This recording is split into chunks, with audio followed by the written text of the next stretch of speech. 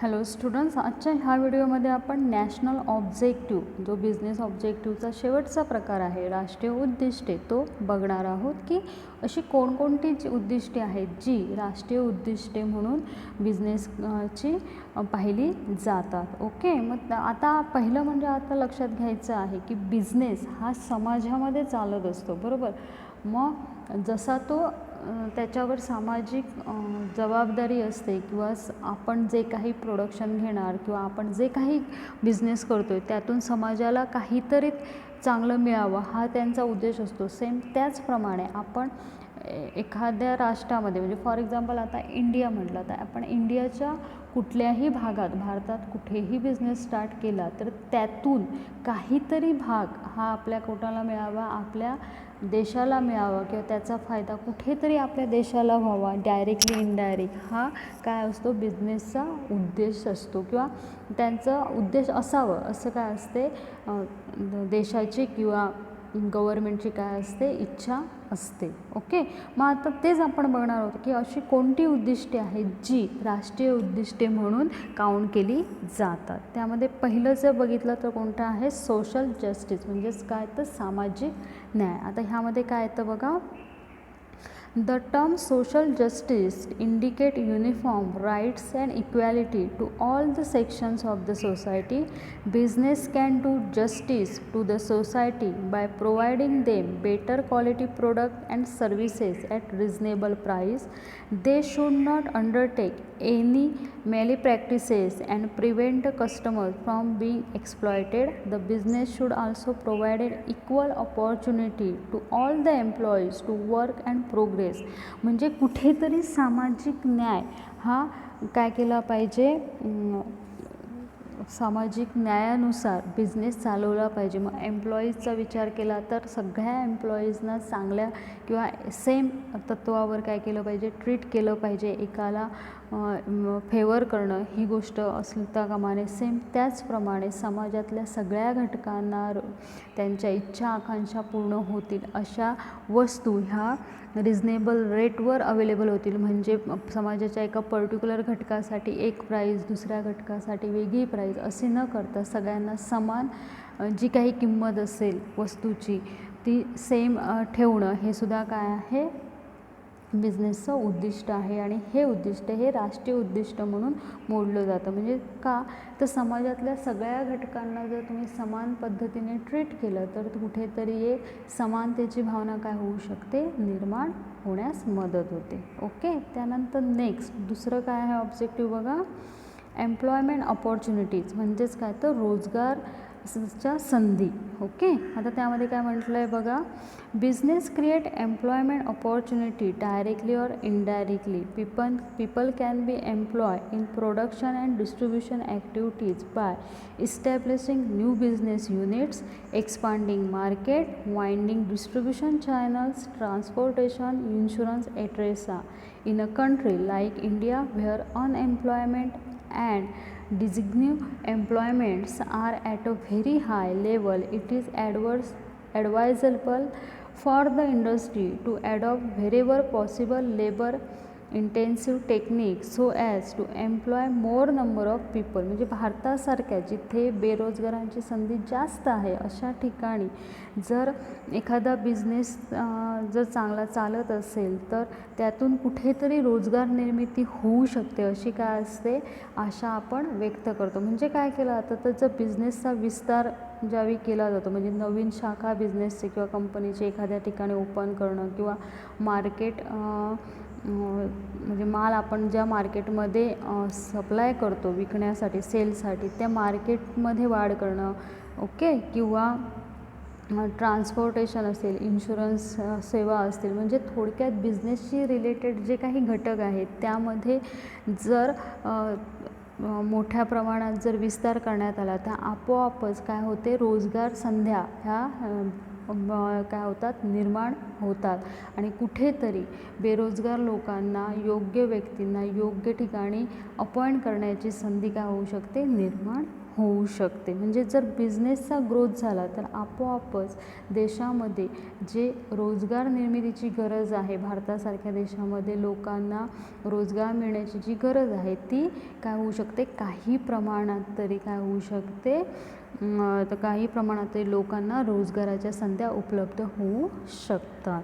Okay. त्यानंतर next पुढचं objective काय आहे बघा, डेव्हलपमेंट ऑफ बॅकवर्ड एरिया. तर ह्यामध्ये काय म्हटलं आहे बघा, business organization can contribute toward development of backward areas of the nation. This can be done by setting up industries in such areas. Also, financial and technical assistance can be provided to units in such backward areas.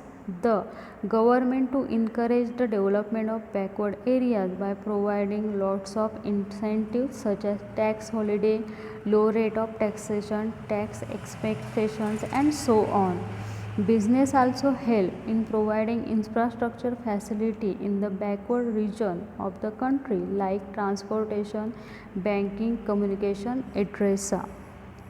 म्हणजे काय, तर business ऑर्गनायझेशनच्या मदतीने आपण काय जे government असतं त्यांना कुठेतरी बॅकवर्ड एरिया, जो मागासलेला एरिया आहे त्याची प्रगती साधणे शक्य होऊ शकतं. म्हणजे काय, तर गव्हर्मेंट काय करतं, तर जे बॅकवर्ड एरिया आहेत किंवा जे रुरल एरिया आहेत जिथे आतापर्यंत बिझनेस पोचलेले नाहीत अशा ठिकाणी जर एखादं बिझनेस युनिट स्टार्ट करायचं एखाद्या बिझनेसमॅनने ठरवलं तर त्यांना त्या पद्धतीची सबसिडी म्हणा किंवा लो रेट ऑफ टॅक्स अशा काही फॅसिलिटीज काय करते गव्हर्मेंट उपलब्ध करते. कशासाठी, तर जेणेकरून बिझनेस त्या ठिकाणी स्टार्ट होईल आणि तिथला जो एरिया आहे त्याची म्हणजे तिथलं जे मागासलेला जो भाग आहे त्याची प्रगती साधण्यास मदत होईल. कारण का, जर जिथे जो भाग मागासले आहे त्या ठिकाणी जर एखादा बिझनेस स्टार्ट झाला तर आपोआपच तिथल्या लोकांना रोजगाराच्या संध्या मिळू शकतात. त्याचबरोबर बिझनेस स्टार्ट झाला म्हटल्यानंतर तिथे वेगवेगळ्या ज्या सेवा सुविधा आहेत म्हणजे बँकिंगची सुविधा असेल, कम्युनिकेशनची सुविधा असतील, ह्या आपोआपच तिथे काय होऊ शकतात, सुरू होण्यास सुरुवात होऊ शकते आणि त्यामुळे त्या एरियाचे काय होऊ शकतो, डेव्हलपमेंट होण्यास मदत होते. ओके. त्यानंतर नेक्स्ट चौथं जे ऑब्जेक्टिव्ह आहे ते काय, contribute revenue to the government. गव्हर्मेंटने जे वेळोवेळी गव्हर्मेंट जे रेव्हेन्यू किंवा टॅक्स करते त्याच्यामध्ये काय करणं, कॉन्ट्रीब्युशन करणं. म्हणजे काय, तर आता बघूया, business help in earning more foreign exchange to the government by undertaking export activities. The revenue of the government also increase by payment of tax by the business enterprises which can further be use for the development of nations. मुळात आधी जर international लेवलला जर business काम करत असेल एखादी company किंवा एंटरप्राइजेस तर फॉरेन एक्सचेंज जो मिळतो त्यामध्ये गव्हर्मेंटची वाढ होऊ शकते. त्याबरोबरच जर गव्हर्मेंट जे टॅक्स किंवा रेव्हेन्यू जे आखते ते जर एका बिझनेसने जर वेळोवेळी पेड केले तर त्यातूनही मिळणारा जो पैसा आहे तो गव्हर्मेंट काय करू शकतो, इतर गोष्टींसाठी किंवा देशाच्या इतर ज्या काही गरजा आहेत किंवा इतर जे कल्याणकारी योजना ज्या देशामध्ये गव्हर्मेंट राबवते त्यासाठी हा पैसा गव्हर्मेंट वापरू शकते. ओके. त्यानंतर नेक्स्ट पाचवा जो पॉईंट आहे तो काय आहे, production of goods as per national priorities. त्यामध्ये बघा, business organization must make effort to provide the basic requirements of life like food, clothing, shelter at reasonable price. In other words, every business organization should set its objective after considering national priorities. Secondly, effort should be made to reduce the nation's dependence on foreign countries. This could be done by undertaking production indigenously, promoting export and reducing import. म्हणजे काय, तर आपल्या देशामध्ये कोणत्या मालाची गरज आहे किंवा आपल्या देशामध्ये कोणत्या प्रोडक्टचं उत्पादन करणं गरज आहे, आपल्या देशामध्ये कुठला माल हा कुठल्या मालाचं इम्पोर्ट केलं जातं, कुठला माल एक्सपोर्ट केला जातो, हे विचारात घेऊन देशाची गरज समजून जर बिझनेसमनने आपल्या बिझनेसमध्ये अशा वस्तूंची उत्पादन घेण्यास सुरुवात केली की ज्यामुळे काय होऊ शकतं, देशाला लागणारा माल हा देशातच निर्माण व्हायला लागला तर आपोआपच काय होऊ शकतं, देशाची प्रगती होण्यास मदत होऊ शकते. म्हणजे थोडक्यात आपल्या देशाची काय गरज आहे, देशाला कोणत्या मालाची गरज आहे हे विचारात घेऊन त्यानुसार उत्पादन करणं हे सुद्धा काय आहे, बिझनेसचं एक राष्ट्रीय उद्दिष्ट आहे. ओके. अँड लास्ट शेवटचं जे नॅशनल ऑब्जेक्टिव्ज आहे ते कोणतं आहे बघा, encouragement to small scale and cottage industry. त्यामध्ये small scale industries are those that require less capital and generate more employment.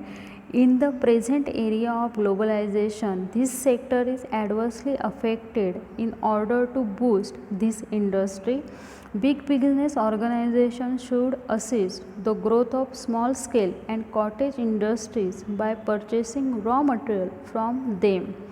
म्हणजे काय तर स्मॉल स्केल लघु उद्योग किंवा कुटीर उद्योग जे आहेत त्यांना कुठेतरी इन्करेज करण्याचं काम हे बिझनेस मार्फत केलं गेलं पाहिजे किंवा हे सुद्धा बिझनेसचं ऑब्जेक्टिव्ह आहे. म्हणजे काय तर कारण का लघु उद्योग किंवा कुटीर जर उद्योगांना जर चालना दिली तर आपोआपच रोजगार संध्या निर्माण होऊ शकतात.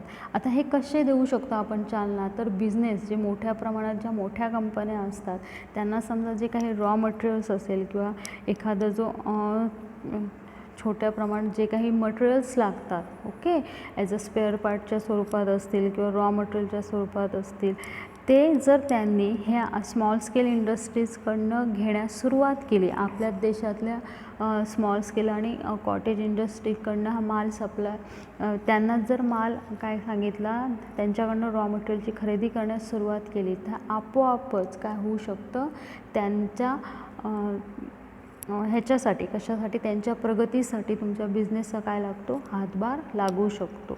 ओके.